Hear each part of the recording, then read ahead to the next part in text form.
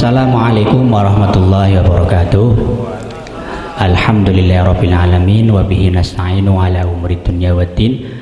Wassalatu wassalamu ala sayyidil mursalin sayyidina wa maulana Muhammadin sallallahu wasallam ala alihi wa ashabihi ajmain, amma ba'd.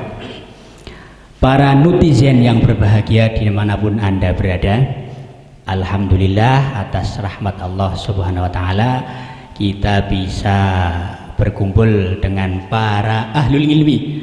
Narasumber kita yang pertama ada Bapak Kiai Mustahal, yang kedua ada Bapak Kiai Muhammad Zuhri Al-Asom.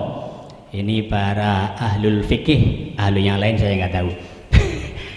Pada kesempatan kali ini kita akan membahas tema tentang nuzulul Quran. Nah, tema ini nanti kita akan kupas secara detail apa itu nuzulul Quran, terus definisi Al-Quran itu apa, dan diturunkan untuk siapa, dan seterusnya. Untuk menyingkat waktu mungkin berawal dari ayat Inna anzalnahu fi lailatul qadar maupun ayat yang lain. Monggo Pak Yai Zuhri untuk menyampaikan apa itu sebenarnya nuzulul Quran dan mahwal Quran, tarifnya. Monggo. Assalamualaikum warahmatullahi wabarakatuh. Alhamdulillahirabbil alamin wa bihi nasta'inu ala umurid dunya waddin. Wassalatu wassalamu ala asyrofil anbiya wal mursalin wa ala alihi wa sahbihi ajmain, amma ba'd. Pemirsa dan pendengar netizen dimanapun berada, terima kasih atas waktunya dari Bapak Kiai Amin. Tema kali ini yaitu nuzulul Quran, berangkat dari ayat inna nahnu nazalna dzikra wa inna lahu lahafidun. Di kita bincang-bincang Al-Quran, jadi perlu kita bersama ketahui apa itu Al-Quran,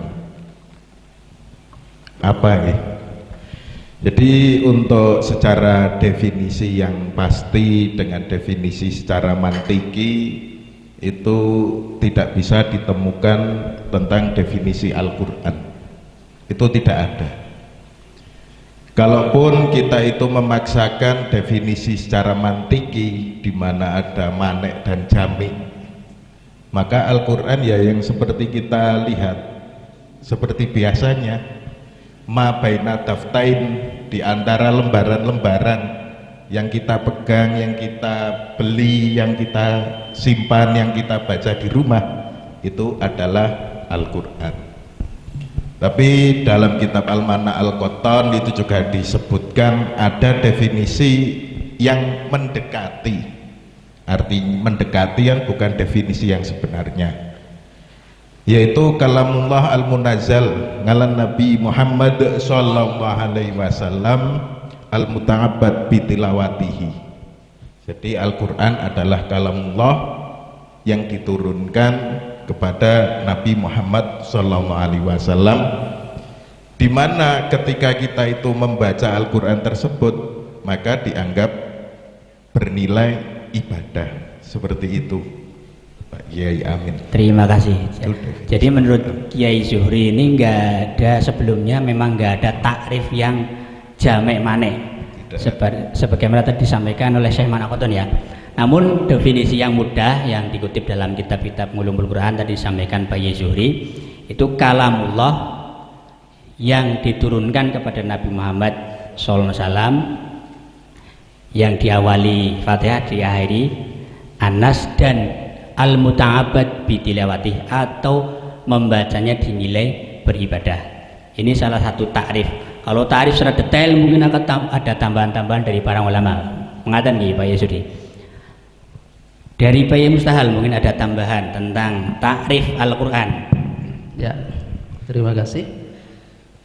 Tadi sudah disebutkan di antara takrifnya ada di situ ditakyidin dengan al-muta'abbad bitilawatihi ya, yang secara artinya diartikan sebagai yang dianggap ibadah, yang ada nilai ibadah dalam membacanya.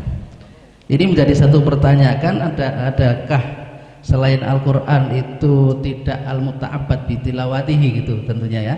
Seperti hadis, adakah kita ketika membaca hadis itu tidak dianggap sebagai ibadah gitu. Saya telah membaca di sebuah kitab Ulumul Quran juga, dalam menjelaskan al-muta'abbad bitilawatihi itu ternyata bahwa Al-Quran itu yang bisa digunakan sebagai bacaan sholat ya, sebagai bacaan sholat. Ketika sholat setelah Al-Fatihah kita nggak bisa membaca hadis ya. Setelah Fatihah terus qala Rasulullah SAW tidak bisa, tapi yang boleh dibaca setelah Fatihah adalah Al-Quran. Itu yang sedikit saya tambahkan makna dari al-muta'abbad bitilawatihi. Jadi ada tambahan lebih menjurus ke al-muta'abbad bitilawatihi. Konteksnya ini maksudnya yang bisa digunakan untuk dalam bacaan surat dalam Al-Quran, dalam sholat ya Al-Quran itu. Enggak boleh kok ya. Bar Fatihah cuma maca hadis itu kan ya. Enggak boleh. Jalani aliran anyar itu ya. Iya betul. Ya, ini takrif daripada Al-Quran. Selanjutnya ke nuzulul Qur'annya mungkin Pak Yai. Nuzulul Qur'an ini apa turun dari atas ke bawah atau gimana, mungkin dijelaskan nuzulul Qur'annya itu seperti apa? Atau itu hanya bahasa majazi atau seperti apa? Terima kasih, ini tema yang menarik sekali terkait nuzulul Quran, turunnya Al-Quran. Apa wis model cetakan Toha Putra moro-moro turun jebret? Anda. Jadi terkait nuzulul Al-Quran itu dari berangkat definisi berupa kalamullah, yaitu kalamnya Allah. Cara Jawane iki ya pengendikane Gusti Allah. Niku terkait dengan nuzulul Qur'annya itu ada dua fase. Jadi Al-Quran itu diturunkan oleh Allah ada dua fase. Yang pertama min lauhil mahfud ila baitil izzah. Jadi Al-Quran yang tertulis min fi lauhil mahfud diturunkan ke baitul izzah. Baitul izzah niku napa? Ya suatu tempat di langit, min sama dunya, di ya ning langit dunya. Turunnya itu secara jumlatan, secara keseluruhan. Lah kemudian kok ana istilah Al-Qur'an kuwi jarake 23 tahun ya. Lah itu pripun? Lah nuzulul Quran, turunnya Al-Quran selama periode 23 tahun itu min sama dunya, dari Baitul Izzah itu turun kepada Kanjeng Nabi Muhammad Sallallahu Alaihi Wasallam. Lah turunnya bagaimana? Turunnya ya sesuai kejadian. Maka kita kenal di ilmu Al-Quran ada asbabun nuzul. Jadi turunnya Al-Quran itu berayat, bersurat, bahkan setengah ayat. Istilahnya dari Baitul Izzah ke Kanjeng Nabi niku secara berangsur-angsur seperti itu. Jadi nuzul Quran ini ada dua tahapan berarti ya. Tahapan pertama itu dari Lauhil Mahfud ke Sama'id Dunya dengan jumlatan wahidatan total global. Terus dari Sama'id Dunya ke Kanjeng Nabi, lah ini secara munajaman atau yang berangsur-angsur ya. Selama katakan ya 22 tahun lebih itu maksud dari nuzul Quran. Mungkin ada tambahan dari Kiai Mustahil. Ya, itu adalah satu yang sudah dinyatakan oleh Pak Kiai Zuhri, itu pendapat yang paling kuat ya. Ada juga yang berpendapat bahwa nuzulul Quran pada malam Lailatul Qadar ya. Itu ada juga yang mengatakan itu ibtida'un nuzulihi. Jadi permulaan Al-Quran itu turun pada malam Lailatul Qadar ya. Kemudian setelah itu turun seperti biasa sampai selama 23 tahun ya. Ada lagi pendapat yang ketiga bahwa nuzulul Quran, Al-Quran itu turun pada setiap malam Lailatul Qadar selama 23 tahun itu. Jadi ketika misalkan Ramadan ini Lailatul Qadar turunlah ayat-ayat yang akan turun pada tahun itu. Misalkan dalam 1 tahun ini ada 500 ayat, maka di malam Lailatul Qadar tahun itu turun 500 ayat itu. Kemudian tahun depan lagi di Lailatul Qadar yang akan datang turun lagi ayat-ayat yang akan turun pada tahun tersebut. Ini adalah salah satu pendapat juga. Tapi dari ketiga pendapat ini yang paling rojih, yang paling kuat adalah pendapat yang awal tadi, bahwa Al-Quran pertama turun itu secara jumlatan wahidah dari Lauhil Mahfud ke Baitul Izzah, kemudian dari Baitul Izzah di langit sana turun kepada Nabi selama 23 tahun itu. Ini ada dalil-dalil yang menunjukkan akan kekuatan pendapat ini. Yang pertama, kata ingzal, ya, kata ingzal yang ada di dalam Al-Quran itu menunjukkan bahwa itu adalah turun yang secara jumlatan wahidah, secara global. Adapun yang ayat-ayat turun itu selama pemunajaman itu selama 23 tahun itu biasanya menggunakan bukan kata inzal tapi nazzala, ya, dari tangzilan, menggunakan kata tangzilan itu. Dan ada lagi penguat dari hadis-hadis yang lain, diantara adalah hadis yang diriwayatkan oleh Ibnu Abbas, itu menyatakan bahwa Al-Quran turun dari Lauhil Mahfud jumlatan wahidatan, sekali turun ke Baitul Izzah, kemudian turun selama 23 tahun itu secara berangsur-angsur. Ibnu Abbas tidak mungkin menggunakan logika, karena ini termasuk yang kategori lama jalan lirra'yi fih. Tidak ada ruang ijtihad di dalam hal ini, karena ini perkara yang menyangkut perkara yang gaib. Terima kasih. Oke. Jadi meskipun ada pendapat lain, tetap yang asoh, yang paling kuat itu yang dua fase tadi, ya. Ya. Yang dari Lauhil Mahfud ke Sama'id Dunya dalam Al-Quran pakai redaksi yang angzala, ya, angzala yunzilu, seperti inna angzalnahu fil lailatul qadar. Terus tahap kedua dari Sama'id Dunya ke Kanjeng Nabi yang secara munajaman tadi atau berangsur-angsur menggunakan redaksi nazzala yunazzilu, seperti inna nahnu nazzalna dzikra, gitu ya. Oh ya, terima kasih. Selanjutnya Quran ini sebenarnya untuk siapa dan untuk apa, ya? Hanya untuk qiraah atau untuk dihafalkan saja atau untuk muludan? Itu monggo silakan Pak Yen. Terima kasih, ini penting juga ini. Setelah kita mengetahui Al-Quran ke apa, turune kepriwe, saiki nggo apa, kanggo sapa, nggo apa. Kalau dari siapa jelas ya, Al-Quran itu langsung dari Gusti Allah, pengirane kula panjenengan sedaya saking Gusti Allah. Kemudian Al-Quran itu untuk siapa? Al-Quran ke jane nggo sapa? Qul ya ayyuhan nas inni rasulullahi ilaikum jami'a. Qul ya ayyuhan nas inni rasulullahi ilaikum jami'a. Di sini ada kata-kata ar-rasul, di mana sebelumnya bahwa ar-rasul itu selalu dikuatkan dengan mukjizat. Di antara mukjizat Nabi itu adalah Al-Quran. Maka antara Rasul, beliau sebagai sosok, dan Al-Quran sebagai pendamping kerasulan, itu juga bisa dianggap sebagai risalah. Maka untuk siapa? Berangkat dari ayat ini, ya ayyuhan nas ini Rasulullah ilaikum, berarti untuk semua manusia. Jadi untuk semua manusia. Nek cara bahasa apa nggih, ilmu tafsir iki ana lafal ngam, ana lafal khos.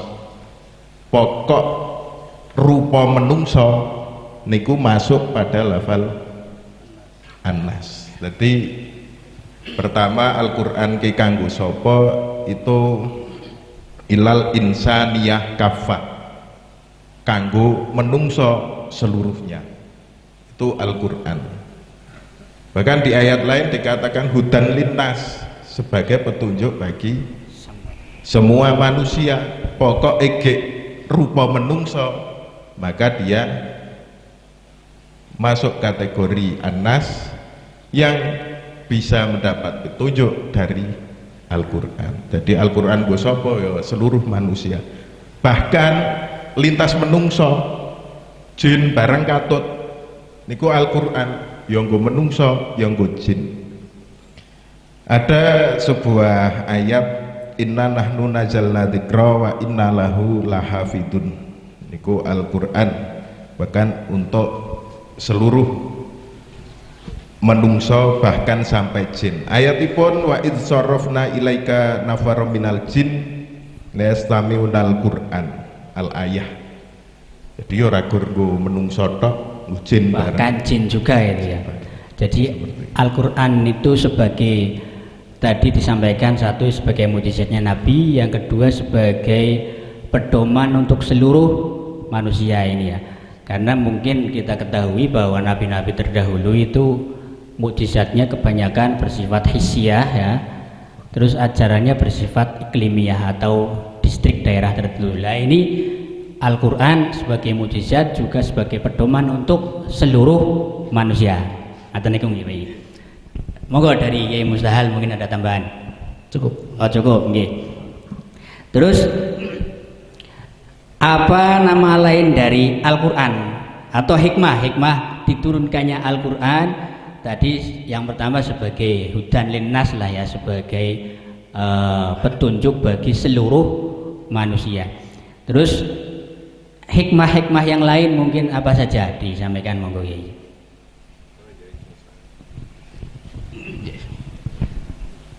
Tentang hikmah diturunkannya Al-Quran, sebelum kita bahas hikmah yang secara umumnya, karena tadi kita sudah bicara tentang nuzulul Quran yang dua tahap, satu munajaman dan yang satu lagi jumlatan wahidah, maka kita ulas dulu ini ya.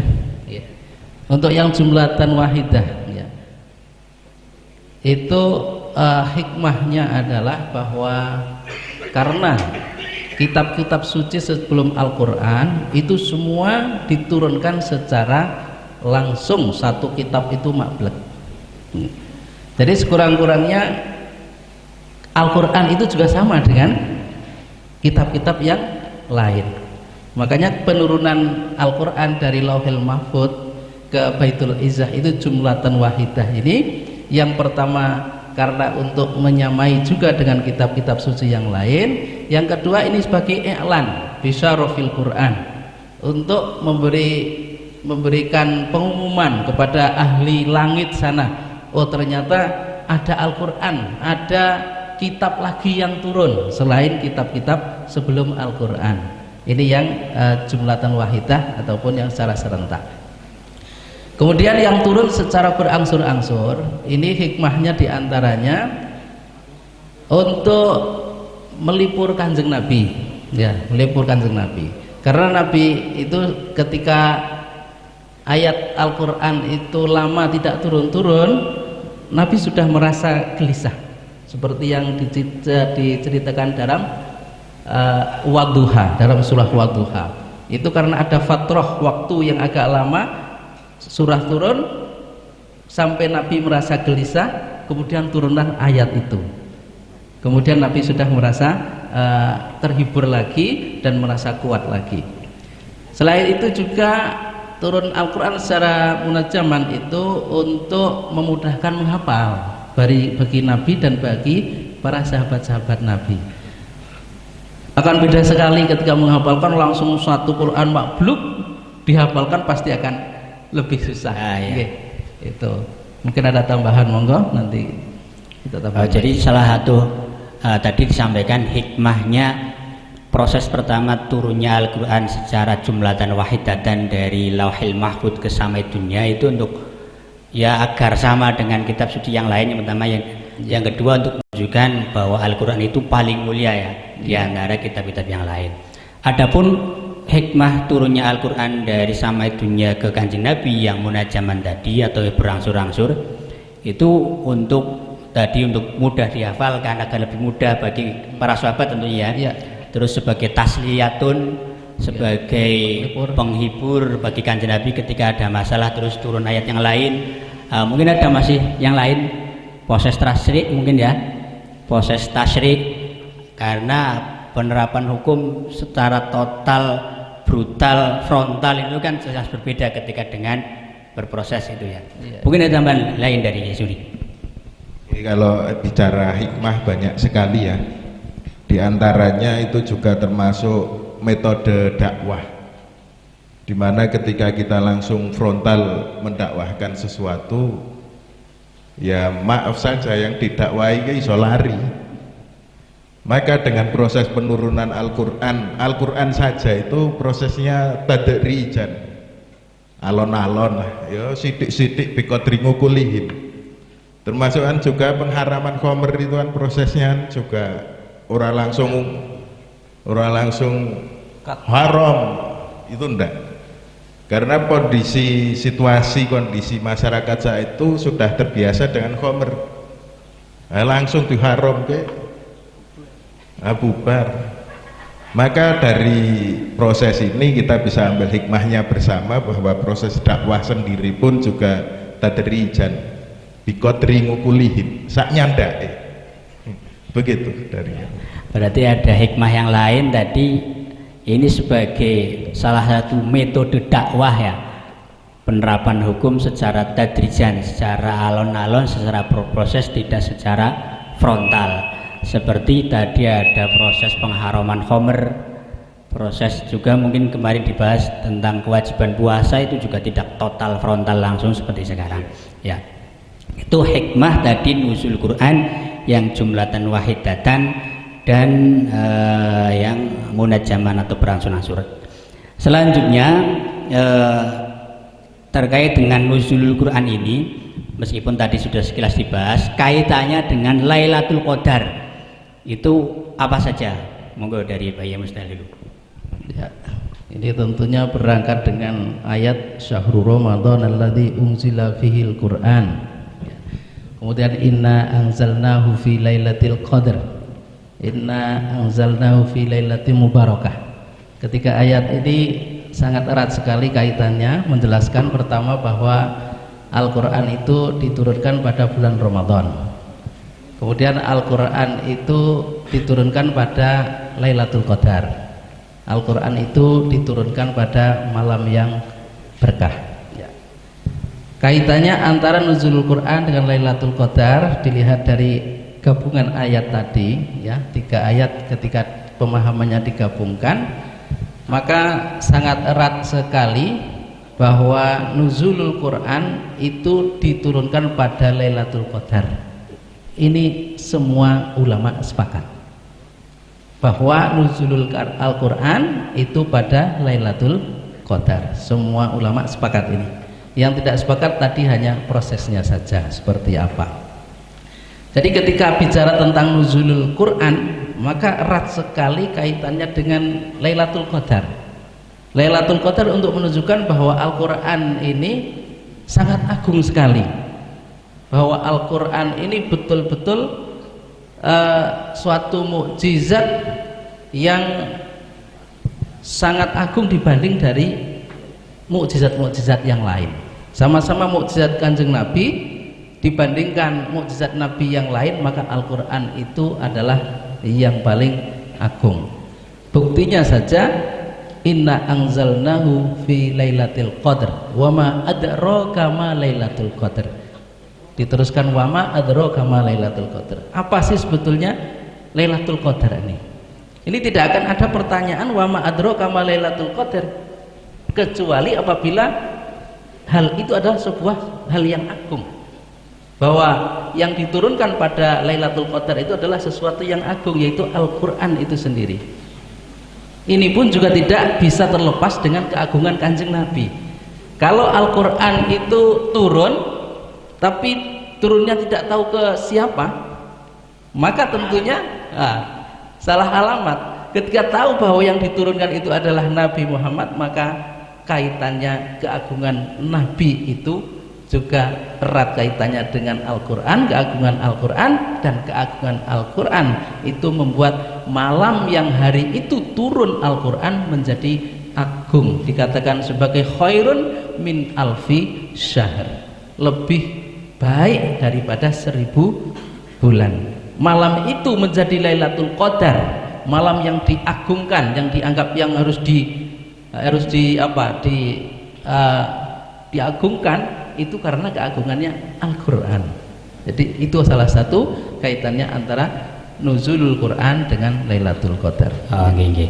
Jadi tadi disampaikan paling enggak 3 poin yang saya tangkap. Yang pertama bahwa semua sepakat Al-Quran itu turunnya pada Lailatul Qadar. Yang kedua untuk menunjukkan kenapa Al-Quran kok turun pada Lailatul Qadar, untuk menunjukkan bahwa Al-Quran itu mulia ya. Yang ketiga untuk menunjukkan bahwa Nabi adalah Nabi yang mulia juga. Ada tambahan dari Kiai Zuhri mungkin untuk kaitannya nuzulul Quran dengan Lailatul Qadar? Oh monggo disambi minumannya monggo. Oh iya, monggo. Masuk garingan. Kopi Semi Baletono. Kopi Semi Baletono ini. Mantap. Nikmatnya Mantap. Mabena sama awal Arab ini. Ya monggo.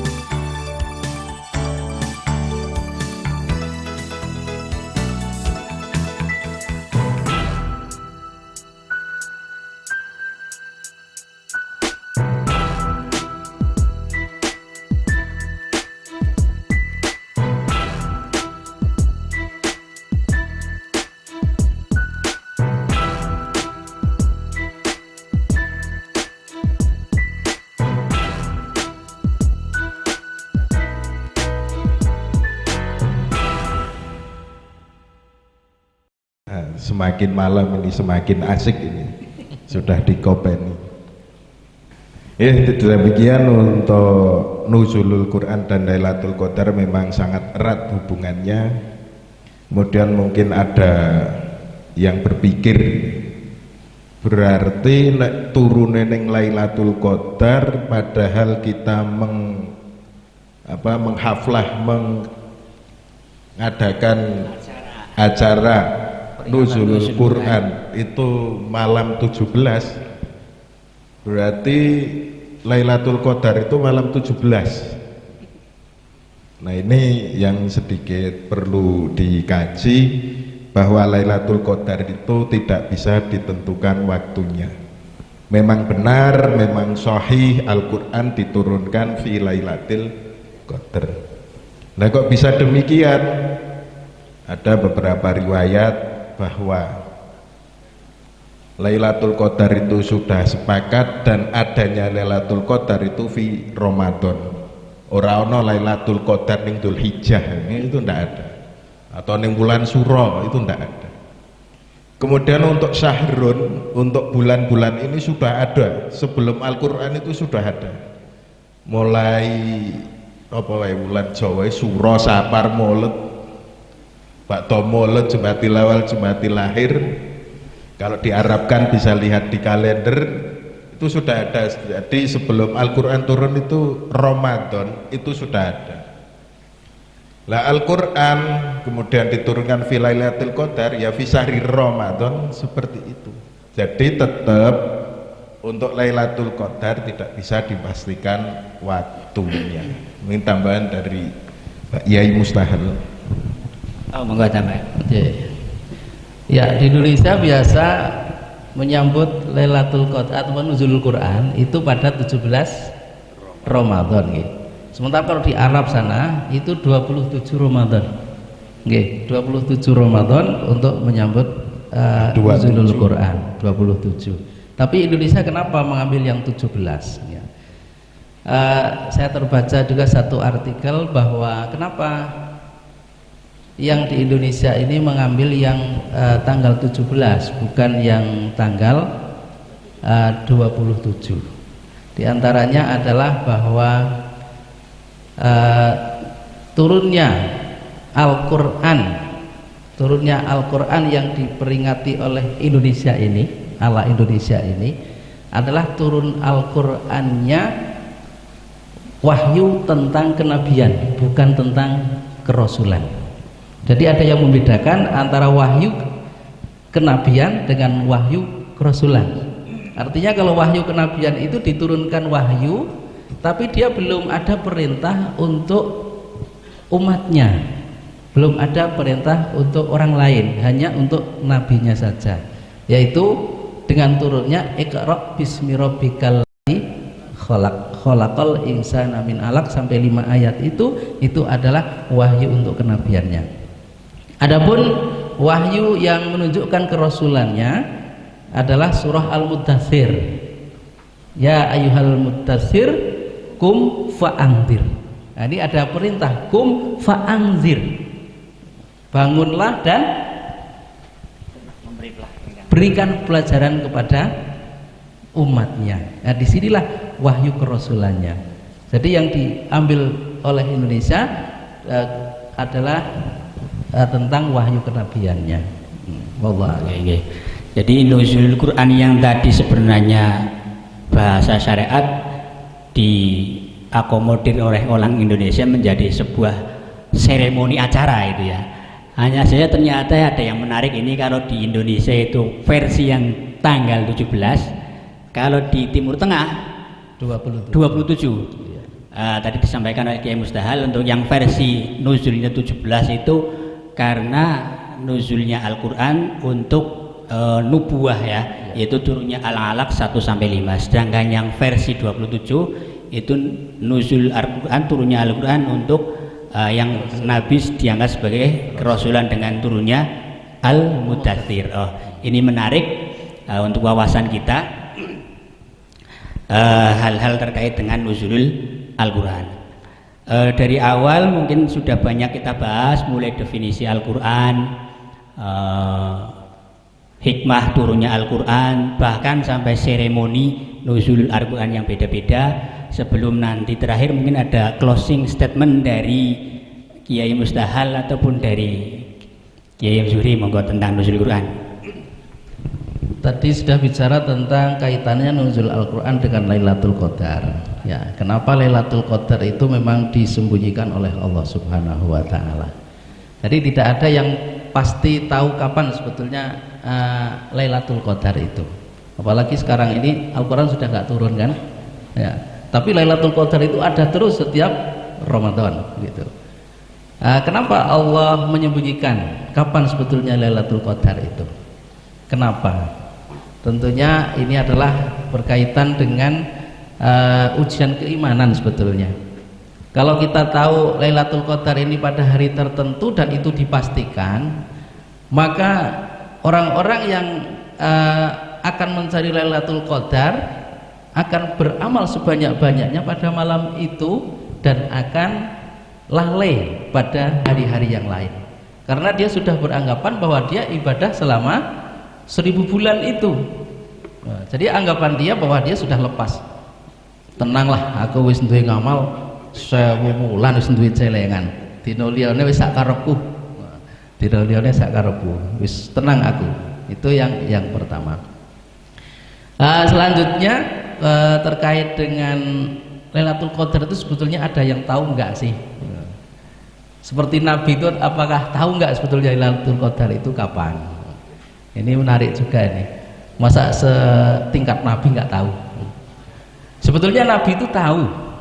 Bahkan Nabi pernah mau menjelaskan kapan sebetulnya Lailatul Qadar, tapi ketika Nabi ingin menjelaskan itu ada dua sahabat yang bertengkar.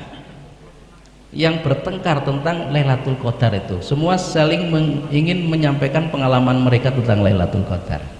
Akhirnya dengan pertengkaran mereka, Nabi tidak melanjutkan menjelaskan kapan sebetulnya Lailatul Qadar. Makanya sampai sekarang untuk Lailatul Qadar hanya orang-orang tertentu saja yang paham dengan Lailatul Qadar, dan mereka pun ada yang mencoba untuk memberikan kebiasaan-kebiasaannya. Itu pun bukan satu kepastian. Kebiasaannya menurut Imam Syafi'i tanggal 21 misalnya. Nanti menurut Imam Malik tanggal 24 contohnya. Ataupun ada yang mengatakan setiap tanggal 27 dan sebagainya. Ataupun ketika awal Ramadan hari Senin maka Lailatul Qadarnya tanggal berapa. Ini semua masih perkiraan saja, dan itu berdasarkan pengalaman mereka, jadi akan selalu berubah. Terima kasih. Ada tambahan mungkin dari Yazuri? Oh okay. Jadi terakhir tadi tambahan dari Yai Mustahal bahwa Lailatul Qadar itu urusan keimanan ya. Meskipun ada pandangan-pandangan tanggal sekian, tentu secara hakiki wallahu alam itu. Ya, itu pengalaman-pengalaman dari beliau para ulama. Yang jelas kalau mau pingin Lailatul Qadar dapat, yo setiap malam Ramadan puja aja terus itulah ya. Itu. Oh tambahan silakan ya Juri.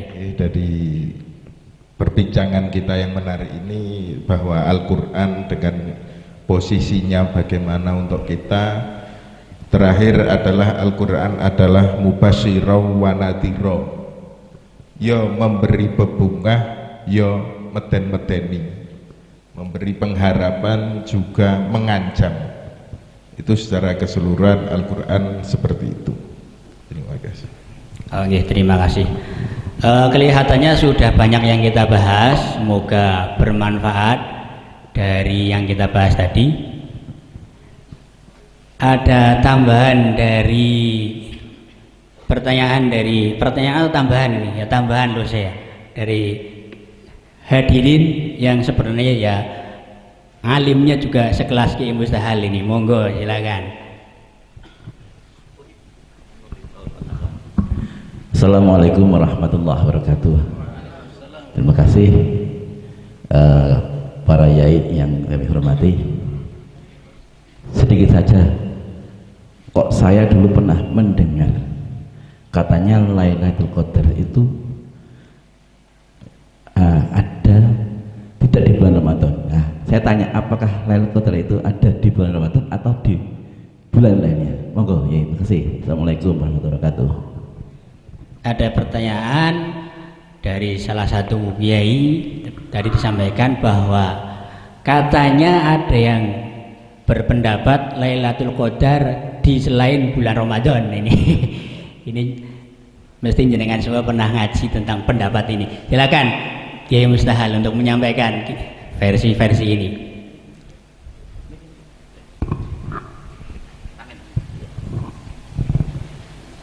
Kenapa ada yang mengatakan bahwa Lailatul Qadar ada di bulan Ramadan, di selain bulan Ramadan? Tentunya ini kembali kepada tadi, bahwa Allah memang menyembunyikan sebetulnya Lailatul Qadar itu kapan.